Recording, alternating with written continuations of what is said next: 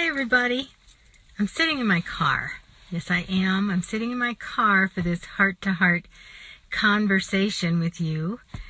I love these Facebook Lives, and I see a lot of people that sign on and look at them after they're not live when I just post them up on my Facebook page. And that's fun for me too, and then they contact me and send me messages.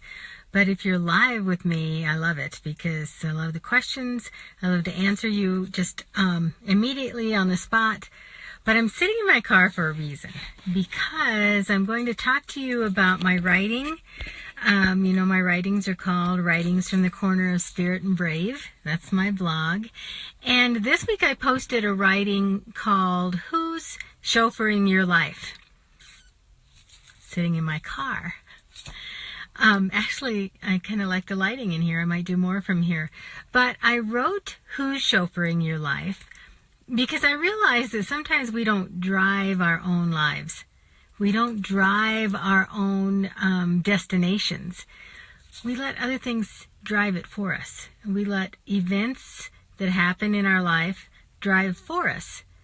And I wanted to explain a little bit about my writing because I really believe that stories happen in our life. Things happen to us that become our stories. And we can either choose to live in that story every day, every moment, and that becomes us. Or we can choose to drive our own life, and we collect stories. We all collect stories along the way. So we have good stories and we have bad stories. For those of you who follow me and you know some of my writings, I've had some stuff happen in my life. I've had some stuff happen that I wished wouldn't have happened. And I don't want them to become my story. For example, you know that my son passed away, and I realized very quickly that I could crawl into bed with the covers over my head and never get out of bed. And that could become my story. And people would say, Pennie really changed after her son passed away. And that story would be driving my life. It would be chauffeuring me, maybe keeping me in bed under the covers.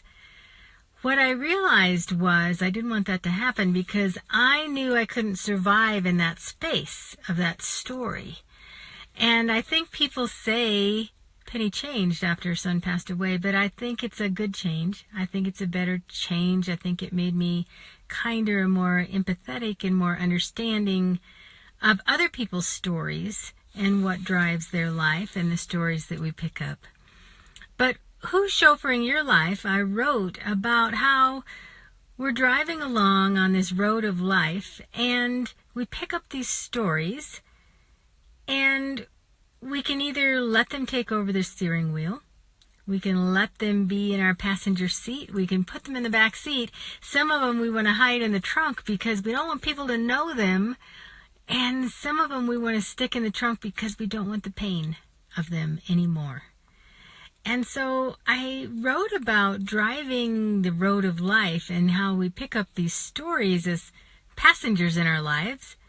And yes, we all have them, but we don't need to let them take over the steering wheel. We don't need to let them drive our life. And I think it happens in good and bad circumstances. I mean, we've all had great things. The stories of having my children and being a mom, those are great stories.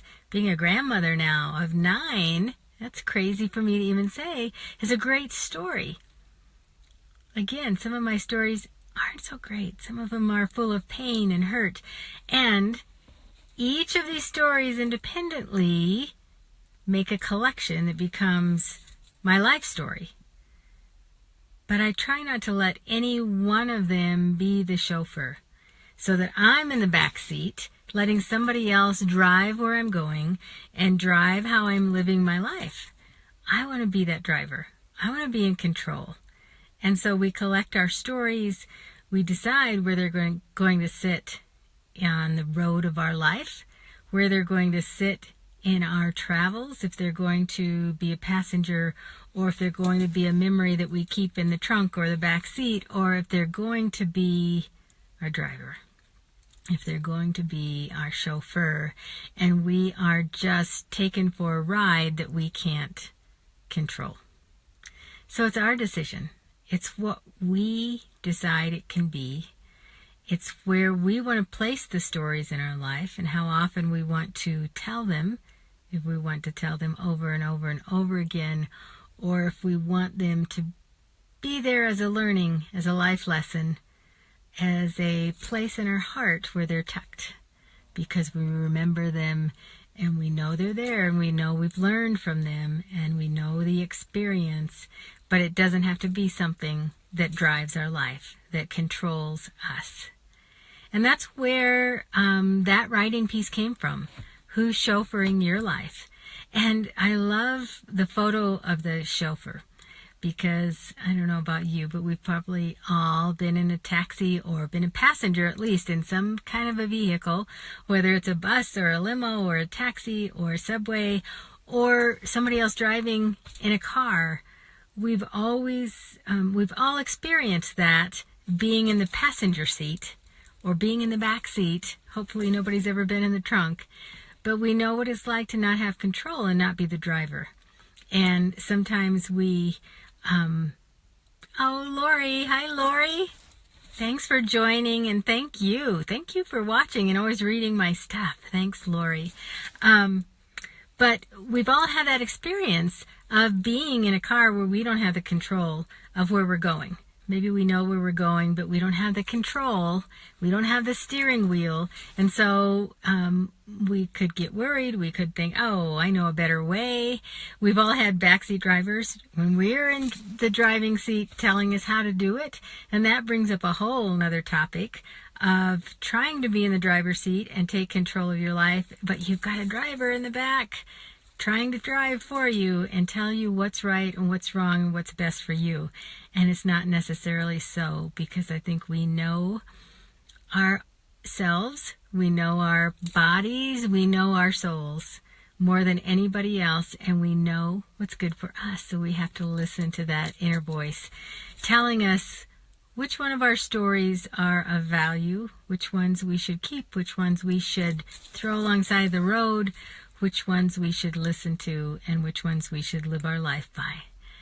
So I was just sitting here in the car, and I knew I wanted to do one of these Facebook Lives about this writing that I did. And no, I'm not driving. I'm sitting here very parked, very still in my car, so don't worry about that.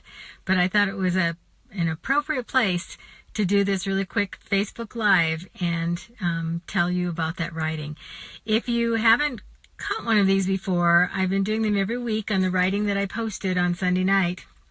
And in my upcoming newsletter this Sunday, I will include this Facebook Live that gives some insight to the writing that I did the week before.